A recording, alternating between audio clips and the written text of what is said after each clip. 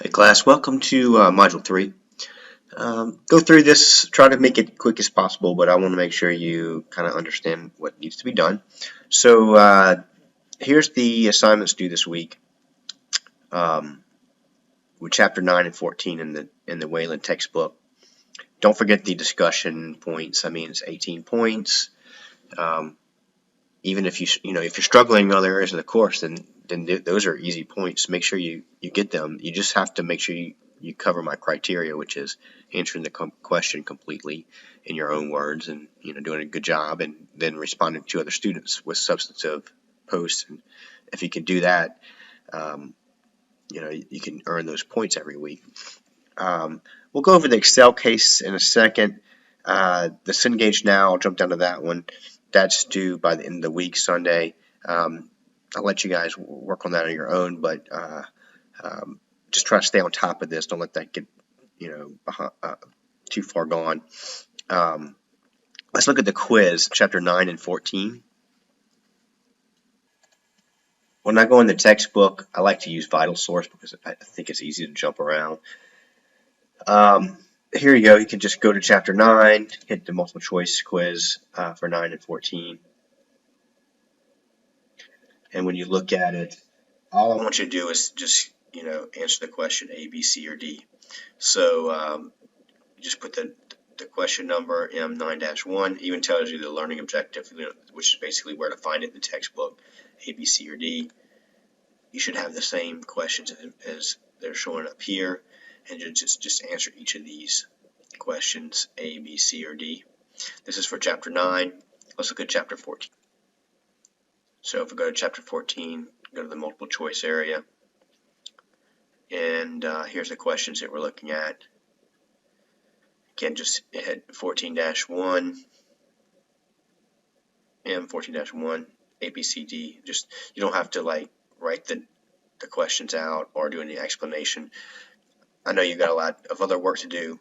I want the quizzes to be fairly straightforward for you. So then we have the Excel case, which is Chapter 5, case number 2, Wine Depot. Again, when you look at the textbook, it's really, I think, very beneficial to go through the actual chapter and then start doing the case. So looking at this chapter, just working through it first can really answer a lot of questions. A lot of this stuff you need to be careful of. For example, calculating here, when you're calculating the payment, for present and future value stuff that you're going to be doing, you need to make sure you understand what goes into each of these areas of that formula. If you put them in the wrong order, and sometimes you don't even have anything that needs to go there, you'll see those circumstances at some point. You need to know that. Here's an example of why payments are provided as a negative number, but what if you want it as a positive number? Then you need to put a negative in front of that. The reason, being the payments come out, are a reduction to your cash, so that's why it usually shows it as a negative number. When you actually go through the workbook, using the data set, right, they provide it for you, it kind of gives you specific things you need to do in order to get to the end results that are going to be correct. If you've gone through the chapter already, you really understand what the authors are getting at.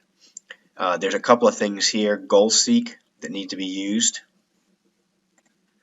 and in part C, the scenario manager. So these are two tools that are available in Excel. If you've never used them, you definitely need to look at what it says in the chapter.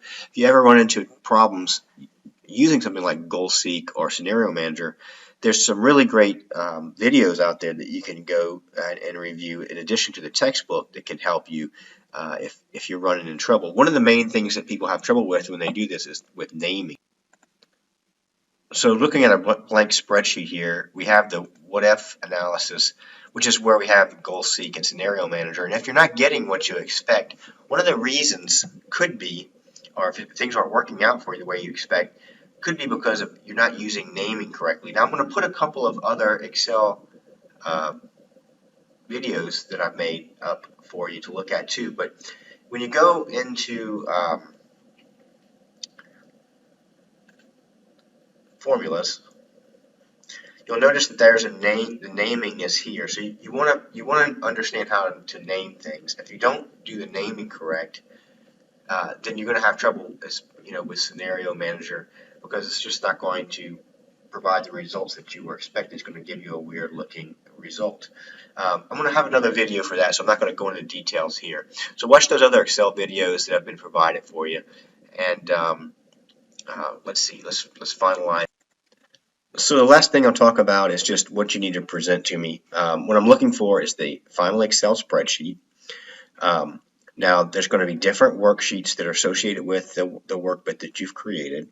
Some are going to have Scenario Manager results. And then you also have the situation where you initially want to borrow $500,000. They give you the terms. When you go to this part for goal seek, it says, what if you want to achieve a quarterly payment of $42,000?